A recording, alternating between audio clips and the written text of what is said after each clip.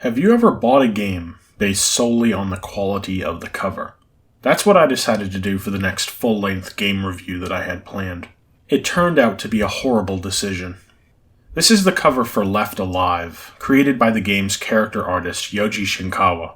He's best known for his work on Metal Gear Solid, and I personally find him to be my favorite character designer in the business. I'd see this cover every now and then, and I'd get curious about the game. Since fresh copies were very cheap online, I didn't think there was any harm in buying one. So, what is Left Alive? Well, it's actually a spin-off of the Front Mission franchise, which is a tactical mech series that's not very well known here in the West. Most of the games were not released here, and they haven't really been making them since the late 2000s. But as you can see, this is not a strategy game, it's not really a mech game either. Left Alive is a stealth action game set in a war zone. So it honestly reminded me quite a bit of Last of Us 2 or Metal Gear Solid 4, and I thought the concept was novel. The problem is that I did not do enough research. I didn't realize that this game has one of the lowest Metacritic averages of 2019, and honestly, after playing it for several hours, I understand why. This might be the worst game made by a major publisher that year. And this is why there will not be a full-length review of Left Alive. I have a high tolerance for bad games, but this one just broke me. I just could not stomach it for very long. Everything about this game feels really stiff and janky, almost like it was made 20 plus years ago. And like a lot of older games, this feels really hardcore, but kind of by accident. Now, you're very much forced into stealth with this game. Enemies, they're very bullet spongy, they have a lot of health, you don't have a lot of that yourself. You can't really just sneak up behind people and one-shot them, headshots don't work either. So getting into any kind of engagement is a huge risk. You have melee weapons, but you have to hit people a lot for them to take someone down silently, and weapon durability is a real problem, so you can't rely on this at all. Sneaking, it's essential to this game, but you have very little feedback when it comes to awareness of the enemy soldiers. It's incredibly inconsistent. Sometimes you'll see soldiers who seem barely functional, they just stare into space or at a wall, and other times it's like they see so much of a pixel of you, and it'll instantly alert everybody nearby. There is effectively no in-between with these states. There's no, oh, what was that noise? Let me go check over here, where you can try to correct a mistake if you've made one. Seeing anything like that is incredibly inconsistent. They do try to find different ways from what maybe you expect from a stealth game to convey information to you, but some of those choices were just terrible. You have this little robot voice that is with you, like in Phantom Pain, and it alerts you whenever you're within a certain distance of an enemy. You don't have to see them, it can be through walls. You always get a little graphic indicator of the general direction, and you hear this voice line. Caution, the enemy is approaching. You will hear this voice clip endlessly as you're sneaking around. I can't believe that they thought this was okay, because it really started to grate on me.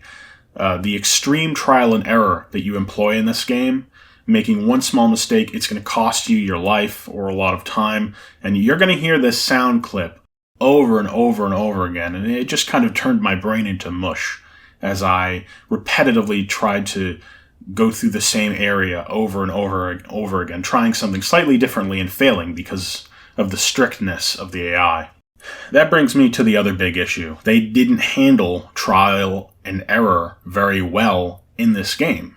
You can't make quick saves at all. There's no option to do that from the menu. The only way to save progress is you have to find a save point somewhere in the level, or maybe you get an autosave if you're lucky. They're not quite as frequent as you might be used to. So the problem is that if you die, you can actually lose quite a bit of progress and have to do it all over again.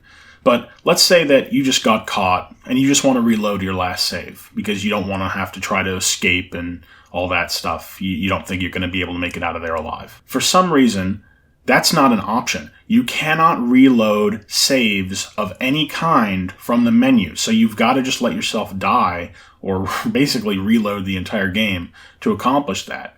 And that's really the problem. The game becomes really repetitive because the difficulty is so high.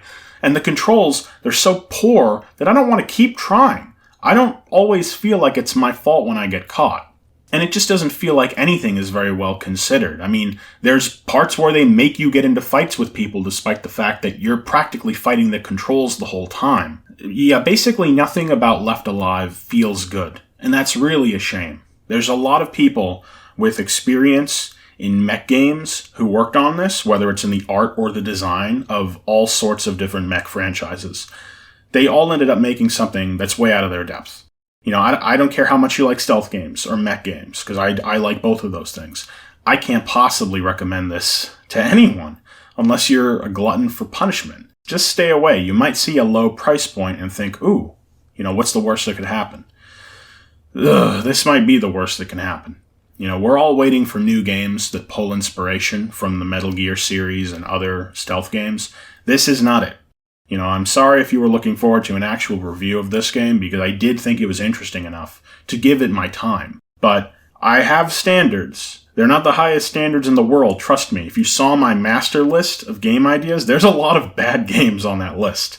But I have standards, and this is below them. I'm sorry. I just can't recommend Left Alive. I really was looking forward to reviewing this until I started playing it. Wow, they were not lying. It is truly terrible, and should just be left in the garbage. So that's all I have to say about it.